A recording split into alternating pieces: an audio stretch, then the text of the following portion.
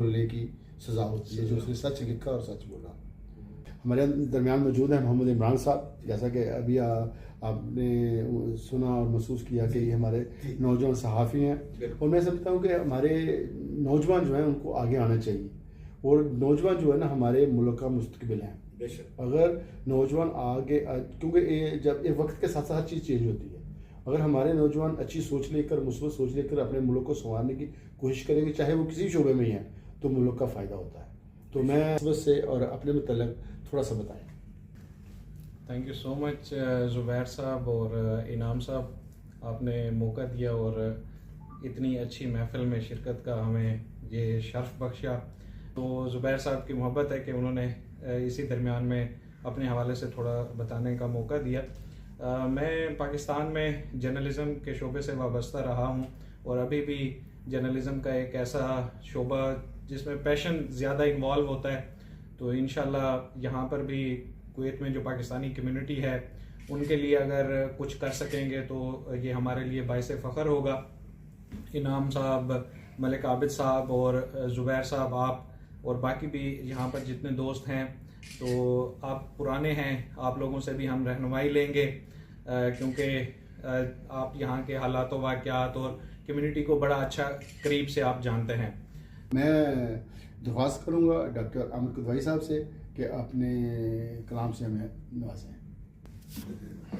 दो चार मुतफर्रिक शेर। चल पढ़ूं मैं तो चले सारा ज़माना पीछे।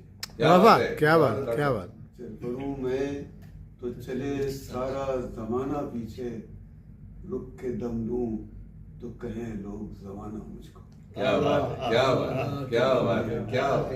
रुक के दम लूं तो कहें लोग ज़माना मुझको। और एक शेर यूं कहा है कि अब भी जिंदा है शराबों के सहारे कोई, अभी जिंदा है, जिंदा है शराबों के सहारे कोई। क्या कहने, क्या कहने। उसको ख्वाबों की बुलंदी से उतारे कोई। क्या बात है, क्या बात है। उसकी आंखों में चमकते हुए आंसू तौबा, उसकी आंखों में चमकते हुए आंसू तौबा, जैसे दरिया में चरागों को उतारे कोई। और अभी आपने अहमद फराज साहब का जिक्र किया। अहमद फराज साहब इस सदी के माशाल्लाह बहुत बड़े शायर थे, और मैं समझता हूँ कि और उसके साथ वो बहादुर शायर थे। उन्होंने परवेज़ मुशर्रफ की हुकूमत में उनका गोल्ड मेडल, सदारती गोल्ड मेडल वापस किया, और आपको मालूम है जब गोल्ड मेडल वापस करते हैं तो उसकी मुराद भी ख़त्म हो जाती है, और उससे जो है उनको तकालीफ भी हुई। उन्होंने मौजूदा उस वक्त की हुकूमत ने उनके लिए मुश्किलात खड़ी की, लेकिन वो एक बहादुर शायर था, और अल्लाह ताला उनको बरीक़ रहम करे। उनका जिक्र हुआ तो उनके लिए हम दुआ करते हैं कि अल्लाह ताला उनको जो है रहमत की जगह अता फरमाए। वो हमारे मुल्क का बहुत बड़ा सरमाया था। तो क्योंकि ये भी हमारे जो इनाम मोर्गनाइट भाई है ना, ये भी अंदर से शायर हैं, और अंदर से शायर है, और उर्दू से बहुत ज़्यादा मोहब्बत करते हैं, और उर्दू के लिए हमेशा कुछ ना कुछ करने की तवज्जो इनको लगी। तो मैं उनसे गुजारिश करूँगा कि कोई दो चार शेर हमें सुना दें। अच्छा, पहली बात तो ये कि इतनी खूबसूरत शायरी के बाद जरा मैं इस महफिल को अपनी इंतखाब सुना के बर्बाद नहीं करना चाहता। सच्ची बात है, इतनी खूबसूरत शायरी सुनी है कि यकीन करें कि वो उसका लुत्फ उठा रहा हूँ मैं। शायर कहाँ है, ऐसे ही बस तो कबंदी हो जाती है कभी कभी और कर लेते हैं। अभी मुझे अभी जैसे आप कह रहे थे ना, मुझे याद आया कि मैं कहीं सफ़र कर रहा था कल परसों गाड़ी में, तो अचानक एक शेर आ गया। इंतखाब सुनाता हूँ, खामखा अपनी जो है ना बेकार किसी शायरी सुनाने की बजाय किसी अच्छे शायर की मैं आपको शायरी सुना देता हूँ, जो आप इजाज़त दें। वो कहते हैं कि हम परवरिश लोह कलम करते रहेंगे, जो दिल पे गुजरी है रकम करते रहेंगे, असबाब गमे इश्क वहम करते रहेंगे, वीरानी ये दौरां पे करम करते रहेंगे।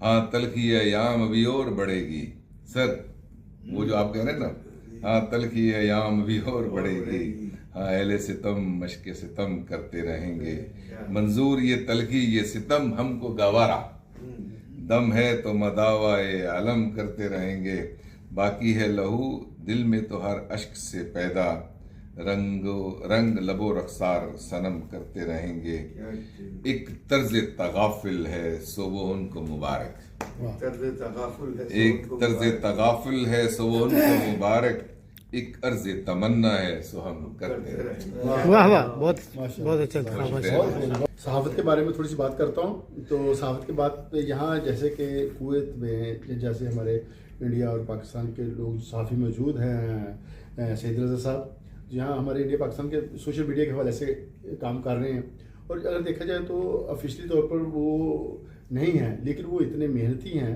कि वो जो हमारी जितनी महफिलें होती हैं, तकरीबात होती हैं, उनमें जो है ना बढ़ चढ़ कर हिस्सा लेते हैं, तस्वीर खींचते हैं, रिपोर्ट बनाते हैं, फिर अपने सोशल मीडिया के हवाले से जो भी उनका लिंक्स है यूट्यूब या ट्विटर, फेसबुक या अदर, उस पर उसको लगाते हैं, रात गए तक मेहनत करते हैं। तो मैं उनको अप्रिशिएट करता हूँ कि क्योंकि वो यहाँ हमारी जो तकरीबात है उनको लोगों तक पहुँचाते हैं। तो जब हम में कोई बंदा ऐसा आ जाए जो बिल्कुल इसमें एक स्पेशलिस्ट हो, जैसे एक तो आम डॉक्टर होता है और एक होता है स्पेशलिस्ट, कान का, नाक का, दिल का, तो जो स्पेशलिस्ट आ जाए तो और अच्छा लगता है। जैसे हमारे दरमियान जैसे हमारे बुजुर्ग सहाबी मोहम्मद उमर साहब हैं, अरसा दराज से खिदमत कर रहे हैं, और यानी मैं समझता हूँ कि वो कुवैत में बहुत अच्छे सहाफ़ी हैं, बुजुर्ग सहाफ़ी हैं, और उन्होंने बहुत खिदमत की, और कुवैत टाइम में पाकिस्तान वालों के